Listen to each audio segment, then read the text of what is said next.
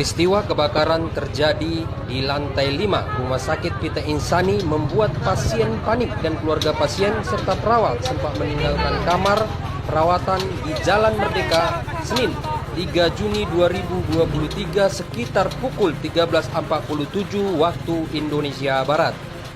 Terlihat para pasien yang menggunakan tempat tidur pasien harus diturunkan dari lantai 5 ke lantai 1 atau keluar dari Rumah Sakit Pita Insani.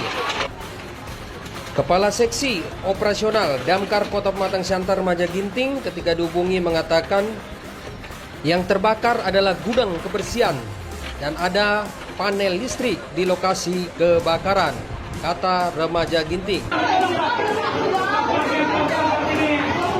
Jadi yang terbakar itu adalah kertas dan barang-barang lainnya diperuntukkan untuk gudang. Kami tadi sudah memastikan tidak ada lagi titik api yang terbakar di gudang itu. Semuanya sudah kami bersihkan walaupun banyak barang-barang yang sudah terbakar.